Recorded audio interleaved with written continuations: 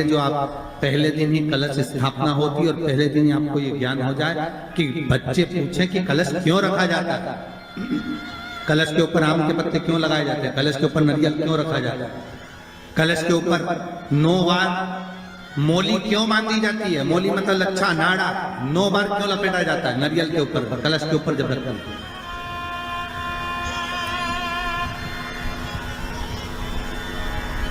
कलश के ऊपर जब जब श्रीफल रखाता है, नारियल रखाता है, तो उस पर 5 बार 7 बार मोली नहीं लपेटी जाएगी, तो 9 ही बार लपेटी जाएगी। 5 या 7 बार लपेटते हैं तो कहते हैं कि लक्ष्मी की छिन्नता होती है, और वो 9 बार लपेटी जाती है तो भरपूर लक्ष्मी का भंडार बनता है। क्यों वगैरह लगाकर ही रखें। तो देखिए ये हमने अपना नारियल तैयार भगवान कुंभ का निर्माण कर रहे हैं, भगवान कलश का निर्माण कर रहे हैं, और भगवान स्वयं ब्रह्मदेव कर रहे हैं कि आप ऐसा निर्माण कर दो जिसमें 33 कोटि देवता स्वतः विराजमान हो जाए। तो भगवान ने उस कलश का निर्माण कर दिया। अब कलश का निर्माण करा तो स्वयं भगवान ब्रह्मदेव बोले, प्रभु इस कलश के अंदर मेरा स्थान कहाँ है? तो या तो आप खड़ा करके रख लें या फिर आप इस तरह से लिटा के रख लें। मेरा स्थान कहाँ?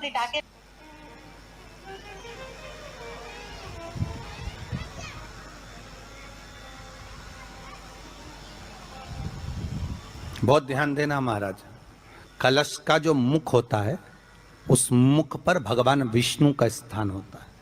किसका स्थान है? भगवान विष्णु का। थोड़ा सा नीचे आओगे, जहां से कलश का मुख दबा हुआ होता है वह जगह भगवान स्वयं शिव की होती है। किसकी जगह है? भगवान शंकर की। कलश का अग्रभाग, नीचे का भाग जहां से फैला हुआ होता है वहां ब्रह्मा का आधिपत्य स्थापित होता है। फिर कलश का जो नीचे का भाग होता है वो भगवान शिव और शक्ति का स्थान होता है। कलश के बाहरी भाग में, जहां पर बाहर का हिस्सा होता है, उस कलश के बाहरी भाग में 33 कोटि देवताओं को भगवान शंकर ने लाकर विराजमान किया होता है। महाराज भगवान शंकर 33 कोटि देवताओं को निमंत्रण देकर उस कलश में विराजमान कर दिया। कितना सुंदर लिखा है देवी भागवत के अंदर कि जहां कलश की स्थापना होती है उस जगह पर किसी देवताओं को बुलाने की जरूरत नहीं होती। 33 कोटि देवता उस जगह पर स्वतः विराजमान हो जाते हैं। स्वयं 33 कोटि देवता स्वयं वहां विराजमान। नवरात्रे एकम से प्रारंभ नहीं होते, अरे अमावस्या की रात्रि से प्रारंभ हो जाते, इसलिए उसको कहते हैं नवरात्रे। क्योंकि नवमी के दिन माता जी का विसर्जन हो जाता है, जवारों का विसर्जन हो जाता है, व्रत करने वाले कन्या पूजन भोजन भंडारा कराकर विराम दे देते हैं। तो नवमी की रात्रि उसमें नहीं जुड़ा पाती। उसमें रात्रि अगर जुड़ती है तो ये अमावस्या की रात्रि से जुड़ना प्रारंभ होता है, तब जाकर वो नवरात्रि पूर्ण हो पाती है। पितृलोक में पितृ जैसे निवास होकर भी इंतजार करते हैं। 4 नवरात्रे हैं तो 4 ही श्राद्ध हैं। आज मौनी अमावस्या है, श्राद्ध का विराम हो जाता है और कथा अर्थात नवरात्रे प्रारंभ हो जाते हैं दूसरे दिन। तो यहाँ शास्त्र कह रहा है जैसे हमें प्रतीक्षा रहती है कोई अच्छे कार्य की, कि घर में कोई शुभ कार्य हो, घर में कोई अच्छा आयोजन हो तो अपने को आनंद होगा, प्रसन्नता होगी। उसी तरह हमारे जो पूर्वज चले गए, जो पूर्वज चाहे वो अधोगति में गए हों, चाहे वो देवगति में गए हों, चाहे वो पितृलोक में निवास कर रहे हों, तो जितने भी पितृलोक में निवास करने वाले पूर्वज होते हैं वो भी ये विचार करते हैं कि हमारे घर के वंश द्वारा, हमारे वंशजों द्वारा कोई ऐसा सत्कर्म हो जिससे हमारे जीवन की वितृप्ति हो और हमें आनंद की अनुभूति हो। और ध्यान दीजिएगा महाराज, आपको चैत्री नवरात्रि का स्मरण होगा, आपको शरदी नवरात्रि का स्मरण होगा, पर जो आषाढ़ में और माघ में जो नवरात्रे पढ़ते हैं इसका एक आनंद ही दूसरा रहता है। बस इतना जरूर होता है कि दुनिया के लोग वो जो 2 नवरात्रे होते हैं उसमें कलश की स्थापना भी करते हैं, देवी का पूजन भी करते हैं, अर्चना भी करते हैं, मंदिरों में भीड़ भी रहती है और खूब प्रेम से माता का जगराता वगैरह सब होता है। पर ये जो नवरात्रे हैं 2 गुप्त नवरात्रे नवरात्रे, इनका लोगों को स्मरण नहीं था। वो तो धीरे धीरे ये टीवी चैनल के माध्यम से कथाकारों ने, वक्ताओं ने स्मरण कराना जब चालू करा, धीरे धीरे बताना, मार्गदर्शन करना जब चालू करा, तब लोगों को ज्ञात होता गया कि कोई गुप्त नवरात्रा भी होता है, उसमें भी देवी की आराधना होती है। ये चारों नवरात्रे अलग अलग अवस्था के हैं, अलग अलग सुख के हैं और अलग अलग आनंद के। आपके घर में पितृदोष है, आपको ऐसा महसूस होता है, तो किसी भी नवरात्रि के पहले जो अमावस्या पड़ती है, जिस दिन अमावस्या रहे उस दिन चावल की कटोरी में एक कपूर का टुकड़ा रख दीजिए, छोटा सा, और कपूर का टुकड़ा रखकर उस कपूर को दरवाजे के बाहर कटोरी में ही, चावल रखी हुई कटोरी में ही उसको पितरों का स्मरण कर कर जला दीजिए।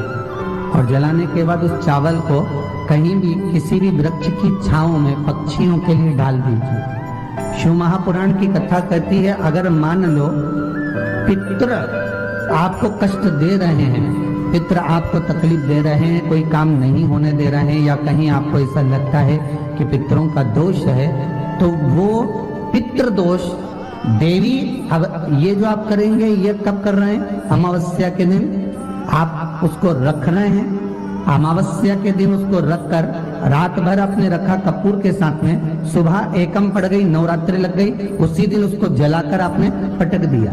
अर्थात उससे देवी और पितृ इन दोनों का आशीर्वाद जो प्राप्त होता है, तो घर में से पितृदोष समाप्त होकर लक्ष्मी की वृद्धि प्रारंभ हो जाती है, कार्य में सिद्धता आ जाती है। और नवरात्रि में भी देवी की आराधना का एक स्मरण का सुख है महाराज।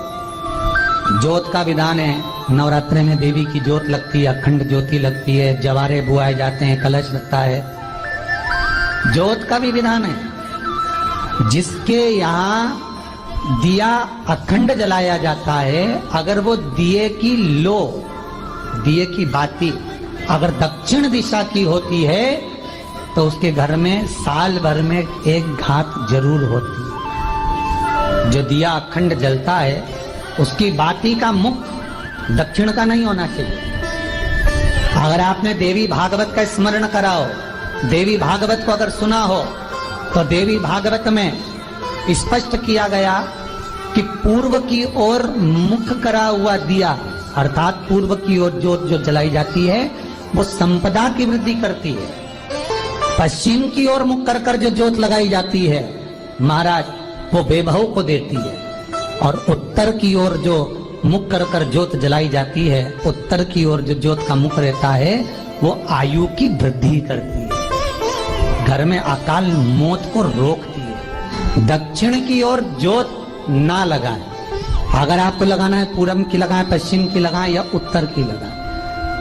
और जितने दिन महारानी जगदम्बा जगतधात्री दुर्गा भवानी चैत्र नवरात्रि में, शरदीय नवरात्रि में, आषाढ़ी नवरात्रि में, आदिकादिक पौष नवरात्रि में हम जगत जननी जगदम्बा की जब स्थापना करते हैं, या हम नूतन घर का प्रवेश करते हैं, या गणेश जी की स्थापना करते हैं, या कोई दुकान को प्रवेश करते हैं, या कोई शुभ कार्य करने के लिए अग्रण्य होते हैं, तो हम कलश की स्थापना क्यों करते? कलश के अंदर आखिर ऐसा क्या विराजमान है कि 33 कोटि देवता उस कलश के अंदर आकर बैठ जाते हैं? आप कोई यज्ञ करने जा रहे हो, आप कोई पोथी पुराण करने जा रहे हो, आप कोई अच्छा कार्य करने जा रहे हो, तो ब्राह्मण देवता कह देते कलश की स्थापना होगी, कलश की शोभा यात्रा निकलेगी, कलश यात्रा निकलेगी, कलश विराजमान होगा। Ball is in the air and he's gone. चलो tell me you have a sixer of an investment idea for me. Sir एक सिंपल आइडिया है, आपकी सोई हुई सैलरी कट हो गई। शिव महापुराण की कथा कहती है महाराज, भगवान ओघड़दानी शंकर स्वयं आद्य शक्ति जगदम्बा से कहते हैं कि जगदम्बा तू क्या चाहती है बोल। तो जगत जननी जगदम्बा कहती है कि जहां मैं हूं वहां शंकर है, ये आपने कह दिया, पर जहां शंकर है वहां पार्वती का होना जरूरी है। उसके लिए सिद्ध करने के लिए एक स्थान ऐसा बनाया जाए जहां पर शंकर विराजमान है और शंकर के साथ पार्वती विराजमान है। तो शिव जी ने कहा, पार्वती उसके लिए मैं तुझे एक सुंदर कलश का निर्माण कर कर देता हूं। अष्टमी के दिन कन्याओं का भोजन कराओ या नवमी के दिन कन्याओं का भोजन कराओ, पर देवी भागवत तो कहती है, देवी भागवत तो वर्णन करती है कि पहले नवरात्रि से लेकर नौमी तिथि तक जितने दिन देवी के होते हैं, प्रत्येक दिन में आप किसी भी दिन कन्याओं का भोजन करा सकते हो, पहली रात्रि से लेकर, पहला दिन से लेकर। पर 90 दिन तो सवेरे पूजन करके, यज्ञ करके, अनुष्ठान करके देवी को विसर्जन कर दिया, फिर नवरात्रि पूर्ण कैसे हुई? नवरात्रि की पूर्णता होती है अमावस्या की रात से गिनी जाती है। कौन से दिन से गिनते हैं? अमावस्या की रात्रि, फिर एकम की रात्रि, फिर दूज की रात्रि, ऐसे गिनते गिनते अष्टमी की रात्रि तक और नौमी के दिन सुबह तक या दोपहर तक या शाम तक, जब तक आप यज्ञ ना करें तब तक ये 9 रात्रियां पूर्ण गिनी जाती है महाराज देवी भागवत के हिसाब से पूर्णता। अब हमने कन्या भोजन का जो क्रम बनाया, अष्टमी के दिन करा देंगे, नौमी के दिन करा देंगे, इस तिथि को करा देंगे, पर भाव देखिए, शास्त्र कहता है भूखे को भोजन जब कराइए जब उसको भूख लगी हो, और ऐसों को कराइए जिसको जरूरत पड़ रही है।